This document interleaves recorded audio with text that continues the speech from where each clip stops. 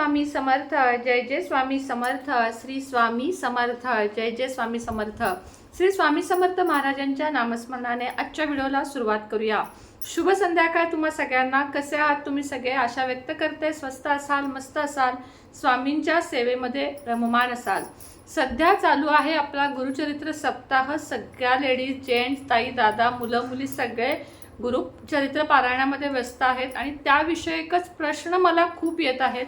तर प्रत्येक प्रश्नाला उत्तर देणं तर शक्य नसतं, कारण पॅराग्राफमध्ये प्रश्न असतात, त्याला आपण जर नुसतं हो नाही अशी उत्तरं दिली तर ते तुम्हालाही समजणार नाही। त्यामुळे मी त्याच्यावर खास व्हिडिओ केला की असं काही तुम्हाला जर वाटलं तर काय करावं, किंवा काही चुका घडल्या पारायण करताना तर काय करावं हे मी तुम्हाला सांगते। सगळ्यात आधी पारायण करताना मी तुम्हाला मीच असं नाही, अनेक व्हिडिओ असतात यूट्यूबला, प्रत्येक जण आपापल्या परीनं नियम सांगतं की हे नियम पाळा तरच गुरुचरित्र पारायण करा, अन्यथा करू नये। पण तरीही मी तुम्हाला सांगते की म्हटलंच जातं की मन पवित्र असेल तर सदाकाळ गुरुचरित्र आपण करू शकतो, त्यात काहीही हरकत नाहीये। मात्र काही स्त्रियांचे, काही दादांचे असे प्रश्न येतात। आता पहिला सगळ्यात प्रश्न की ताई, दिवा विझला, जेव्हा आम्ही पारायण करत होतो तेव्हा दिवा विझला तर काही चुकीचं घडणार नाही ना? काहीही घडणार नाही। स्वामी आपली माऊली आहे, आपण त्यांना महाराज म्हणतो, माऊली म्हणतो। तर दिवा विझला, दिवा शांत झाला, काहीही चुकीचं घडत नाही। 2 दिवे लावून ठेवा। मी स्वतः एक तुपाचा लावते, एक तेलाची मोठी समई लावते। तुपाचा जरी शांत झाला तरी तेलाचा तेवत राहायला पाहिजे, एवढी काळजी आपण घ्यायची। आणि त्यातूनही जरी शांत झाला दिवा, काही घाबरायचं नाही, मनात काही आणायचं नाही, पुन्हा एकदा दिवा लावायचा, आपल्या पारायणामध्ये आपण आपलं मन गुंतवायचं। काही कमेंट असे आले की ताई आम्हाला पारायण करताना उठावं लागलं।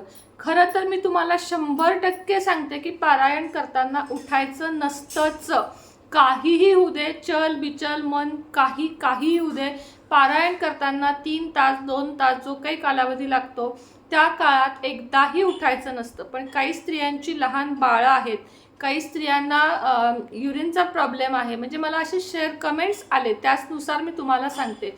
जर तुम्ही बाथरूमला गेलात किंवा टॉयलेटला गेलात, दोन्हीपैकी कशालाही गेलात पारायणातनं उठून, तर तुम्हाला आंघोळ करण्याशिवाय पर्याय नाही। आंघोळ करून पूर्ण कपडे बदलायचे, अगदी आतले बाहेरचे दोन्हीही कपडे बदलायचे। आणि समजा तुम्ही 7वा अध्याय वाचताना निम्म्यातनं उठला आहात तर 7वा अध्याय पुन्हा वाचायला सुरुवात करायची आणि त्याआधी गायत्री मंत्राची 1 माळ जपायची आणि मगच तुम्ही पुन्हा बसायचं। पण मी तुम्हाला 100% सांगते की हे सोयीस्कररित्या काढलेले नियम आहेत। पारायण करताना न उठणे म्हणून त्यांनीच करावं ज्यांना जमतं। अशी आपल्याला सक्ती आहे का सांगा की 3 तास नाही बसवत, ताई आमचे पाय दुखतात, ताई आमचं बाळ लहान आहे, ताई आम्हाला बाथरूमला जावं लागतं, ताई मला पोटाचा त्रास आहे। खरं सांगते, अशा स्त्रियांनी संक्षिप्त श्री गुरुचरित्र करा, जे फक्त अर्ध्या पाऊण तासात होतं आणि ज्याला वेळ लागत नाही, ज्याला कोणतेही नियम अटी नाही आहेत। त्यासाठी मी चॅनेलला दोन्हीही व्हिडिओ केले होते की नियम अटी जास्त पाळणे ज्यांना शक्य नाही त्यांनी हे पारायण करा, त्याचं आणि याचं पुण्य तुम्हाला समान मिळणार आहे। पण कसं आहे, शेवटी आई ती आई आणि मावशी ती मावशी असं म्हटलं गेलं आहे, त्यामुळे आपला विश्वास बसतो तो जास्त मोठ्या गुरुचरित्र पारायणावर, आणि साहजिक आहे। मात्र जर गुरुचरित्र पारायण करायचं असेल तर सगळ्यात आधी मनाची भरभक्कम तयारी, शरीर फिट या गोष्टी राहिल्याच पाहिजेत, हे मी तुम्हाला सांगते, आणि त्यांनीच बसावं। आता अजून 2 प्रश्न आले होते की समजा सकाळी पारायण केले, दुपारी बाथरूमला किंवा टॉयलेटला गेलो तर काय करायचं? बाथरूमला गेलात तुम्ही, फक्त पाय धुवायचे, 3 चुळा भरायच्या। मात्र टॉयलेटला गेलात तुम्ही तर तुम्हाला संपूर्ण आंघोळ, म्हणजे डोक्यावरून नका करू पण खांद्यावरून आंघोळ करून अंगातले कपडे बदलणं, कारण ते गुरुचरित्र हा 5वा वेद मानला जातो, ती चेष्टा नाही। किंवा ते कसंही काही उरकायचं म्हणून उरकायचंय की आपल्याला 53 अध्याय वाचायचे, झालं आपलं काम, असं आपल्याला गुरुचरित्र करायचंय का? तर नाही करायचं।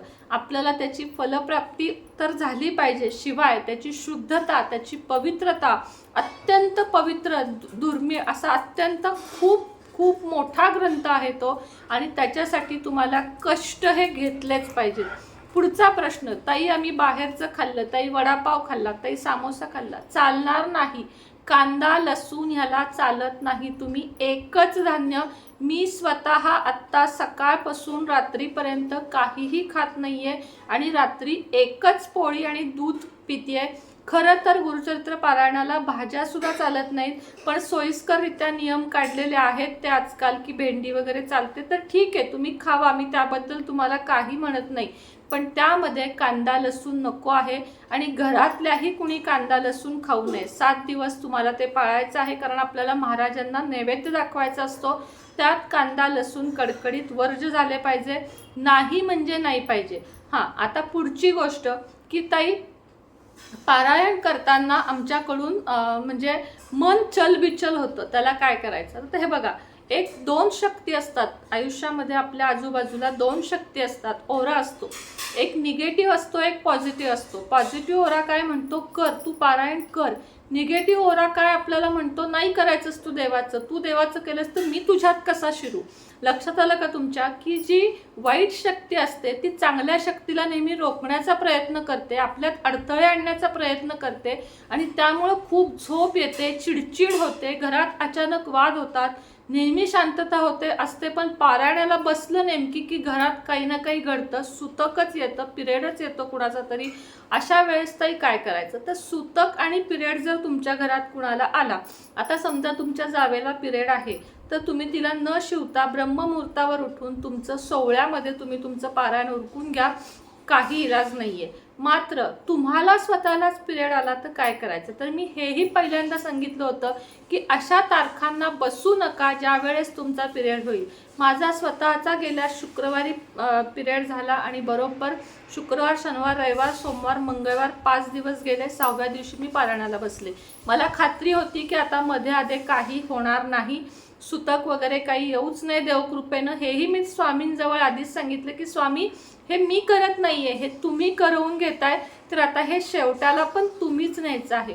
तर तुमचा समजा पिरियड आला, स्वतःचा पिरियड आला, तर तुमच्या जवळपासचे जे कोणी स्वामी भक्त असतील किंवा एखादे गुरुजी असतील, त्यांना तुम्ही उरलेले 4 दिवस 5 दिवस त्यांना सांगा की नियमांचं बंधन तुम्हाला माहीतच आहे गुरुजी, कृपया तेवढे नियम पाळून तुम्ही पण कांदा लसूण खाऊ नका 4 दिवस आणि आमच्यासाठी एवढं पारायण पूर्ण करा.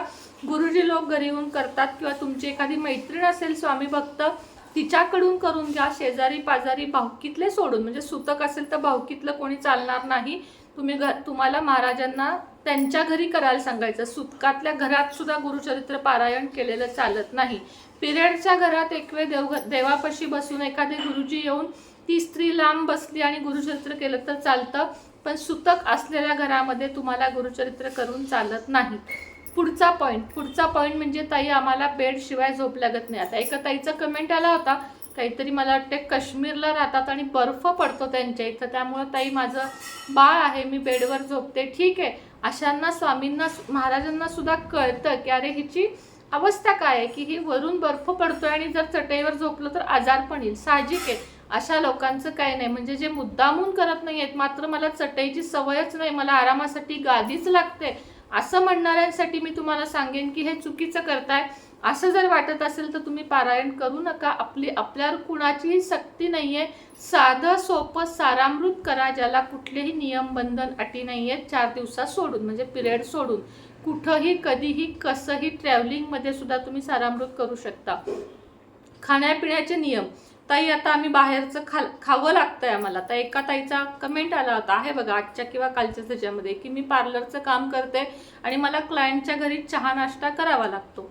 काय करायचं? पहिली गोष्ट, आपला घरचा डबा घेऊन जायचं. जिथं जायचं आहे ना तिथं डबा, पाण्याची बाटली घेऊन जायचं आणि तो खायचा. पण त्यातूनही तुमच्यावर वेळ आली आहे ना, तुम्ही रात्री झोपताना एक माळ गायत्री मंत्र आणि एकदा विष्णू सहस्त्रनाम प्रत्येकाने सकाळी आपण म्हणतो त्यांनी नाही, पण ज्यांच्याकडून गुरुचरित्राचे काही नियम मोडले जात आहेत, कोणताही नियम मोडला जात आहे, तर त्यांनी झोपताना पुन्हा एकदा एक माळ तुम्हाला ह्याची गायत्री मंत्राची आणि विष्णू सहस्त्रनाम म्हणायचं आहे, महाराजांजवळ माफी मागायची आहे आणि त्यानंतरच तुम्हाला झोपायचं आहे. दुसरी गोष्ट म्हणजे ब्रह्मचर्य तुटलं ही गोष्ट म्हणू सुद्धा नका, कारण अत्यंत महत्त्वाची गोष्ट आहे. जर तुम्ही स्वतःच्या आत्म्यावर, स्वतःच्या शरीरावर 8 दिवस तुम्ही किंवा तुमच्या घरातले ताबा ठेवू शकत नाहीये, तर तुम्ही गुरुचरित्र करू नका. मी हात जोडून विनंती करते की अशा चुका करू नका. ब्रह्मचर्याचं पालन ही खूप मोठी गोष्ट असते सेवेमध्ये, आणि देवापुढं तुम्हाला या सगळ्या गोष्टी सगळ्या गौण आहेत. अशा चुका ताई दादा, तुम्ही कुणीही बसला असाल, तुमच्या घरात बायको बसली असेल, तिला साथ द्या. पती बसला असेल, पतीला बायकोनं साथ द्या.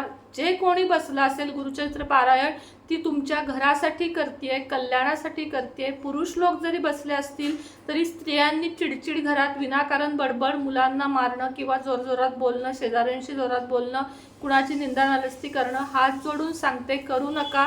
गुरुचरित्र पारायण चालू असताना संपूर्ण शांतता, मन, विवेक, सद्विवेक बुद्धी जागी ठेवून आपले सगळे काम, क्रोध, मोह, लोभ, मत्सर, हवस सगळं बाजूला ठेवून गुरुचरित्र करा. अन्यथा करू नका, नियम मोडू नका. आणि ज्यांचे नियम चुकून, ब्रह्मचर्य सोडून, ब्रह्मचर्याला कुठलीही माळ जपा काही उपयोग नाही, तुमचं ते फेल गेलं, पण बाकी कुठलाही नियम चुकून तुम्ही मोडला असेल तर तुम्ही एक माळ गायत्री मंत्राचा आणि विष्णू सहस्त्रनाम वाचा आणि मग तुम्ही रोजच्या रोज झोपा. झोपताना चटईवरच झोपायचं, गादीवर झोपायचं नाही. बसताना सुद्धा, आता मी नेहमी कुठं असते, सोफ्यात असते, खुर्चीत असते, बेडवर असते, व्हिडिओ करत असते. आता तुम्हाला 4 दिवस कुठं दिसतेय, मी देवघरात दिसतेय किंवा अशी हॉलमध्ये दिसते. तर हे जे नियम आहेत, चप्पल सुद्धा मी पायात घालत नाहीये. पण आता तुम्ही जर रोज बाहेर जाताय, तुम्हाला घालावी लागते तर घाला.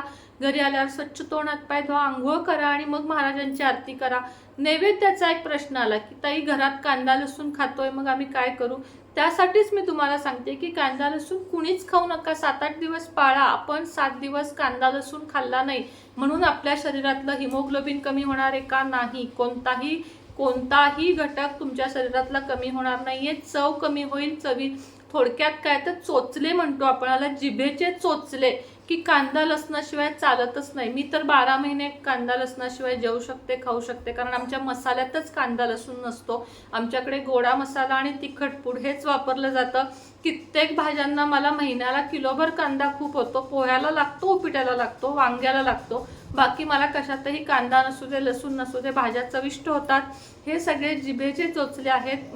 मैत्रिणी, ताई, दादा, मित्र लोक सगळ्यांना सांगते की गुरुचरित्र पारायण करताना आपण एक भोगी बनून नाही तर एक योगी बनून राहायचं असतं, आणि त्याला म्हणतात गुरुचरित्राचं पारायण करणं. आणि त्यातूनही काही चुकलं, त्यातूनही काही झालं, महाराजांना क्षमा मागा. महाराजांकडे तुम्ही स्वतः विनंती करा की महाराज मला माफ करा, माझ्याकडून या चुका झाल्यात आणि तरीही माझं पारायण स्वीकारा. महाराज आपल्या चुका सांभाळायलाच बसलेले आहेत. ते आपले आई आहे, आपल्यावर ते रागवत नाहीत. मात्र लिखित आहेत, हे गुरुचरित्राचे नियम लिखित आहेत, ते पाळले गेले पाहिजेत, कटाक्षानं पाळले गेले पाहिजेत. आता समजा तुमचं लहान मूल ॲडमिट आहे. मी तुम्हाला एक उदाहरण देते, व्हिडिओ थोडासा मोठा होईल. तुमच्या मुलाला समजा निमोनिया झालाय आणि डॉक्टरांनी सांगितले की त्याच्या पोटामध्ये थंड काही नाही गेलं पाहिजे किंवा तेल नाही गेलं पाहिजे, तर तुम्ही त्याला वडापाव भजी करून घालाल का? मला सांगा. निमोनियाचं तुमचं बाळ आहे आणि तुम्ही त्याला वडापाव, दूध नाही द्यायचं तर दूध, असं तुम्ही त्याला द्याल का? तुम्ही तिथं नियम पाळाल की नाही? तसंच आहे, आपले महाराज म्हणजे आपले सर्वस्व आहेत. तिथं नियमांची गरज आहे, तिथं पाळा. जिथं नियमांची गरज नाही तिथं मी तुम्हाला सांगते की काही नसतं, सगळं सोडा आणि सेवा करा. पण गुरुचरित्रासारख्या पारायणाची चेष्टा करू नका. हे नियम पाळा आणि सगळ्यांना महाराजांनी भरभरून देऊ दे, ही स्वामींचरणी प्रार्थना करते आणि आजचा व्हिडिओ इथंच थांबवते. काहीही चुकीचं माझ्याकडून बोललं गेलं असेल तर मनापासून तुमची माफी मागते. मात्र कमेंट्सनुसार मला काही गोष्टी बोलाव्या लागल्या आणि काही गोष्टी तुम्हाला सांगाव्या लागल्या, तर कृपया हे सगळे नियम पाळा आणि छान असं गुरुचरित्र पारायण करा. आत्ताच केलं पाहिजे असं काही नाही, कुठल्याही शुक्रवारपासून तुम्ही करू शकता. आत्ता हा एक सप्ताह आहे म्हणून काही तुमचे पिरियड असतील, लहान बाळ असेल, वाईट वाटून घेऊ नका. आपल्याला गुरुचरित्र आपण कधीही करू शकतो, कुठल्याही महिन्यात, कुठल्याही दिवशी मनात येईल त्या दिवशी तुम्ही बसा, फक्त नियम पाळून बसा. आता हे 2 ड्रेस माझ्या अंगात तुम्हाला कालचा आणि आजचा दिसतोय, हे फक्त मी पारायणासाठी ठेवलेले आहेत. आतले कपडे सुद्धा पारायणासाठी वेगळे ठेवलेले आहेत. खरं तर हे पाळलं गेलं पाहिजे, कारण आपले पिरियड्स मधले वगैरे कपडे काही का विना आपण कुठलाही ड्रेस घालतो, धुतो, तो स्वच्छ होतो, मान्य आहे. पण देवाचं करताना काहीतरी थोडं तरी गुरुचरित्र करताना सोहळं पाळा. 2च ड्रेस 7 दिवस घालायचे, रात्री धुवून टाकायचा, दुसऱ्या दिवशी तोच घालायचा आणि पाळायचं. थोडक्यात काय तर छानपैकी नियम पाळा, छान पारायण करा. स्वामी सगळ्यांना तरीही काही चुका झाल्या तर माफ करतील, पण म्हणून आपण चुका करत राहायचं का नाही. आपल्याला आयुष्यभर तसं तुम्हाला नियम सांगितलेत का कुणी, की हे नाही खायचं, ते नाही खायचं, तिथं नाही झोपायचं, इथं नाही झोपायचं? किती दिवसाचा प्रश्न आहे हो? फक्त 7 दिवसाचा. थोडासा संयम ठेवा, सगळ्या गोष्टींवर संयम ठेवा. संयम हे खूप मोठं उत्तर आहे. गुरुचरित्र पारायणाचं दुसरं नावच आहे संयम. भोगी बनून राहायचं नाही, योगी बनून राहायचं. तर व्हिडिओमध्ये काही चुकलं असेल लहान समजून माफ करा. मोठ्यांनी कुणी ऐकत असाल आणि माझं काही चुकलं असेल तर माफ करा. लहानांना भरपूर सारं प्रेम, आशीर्वाद. श्री स्वामी समर्थ.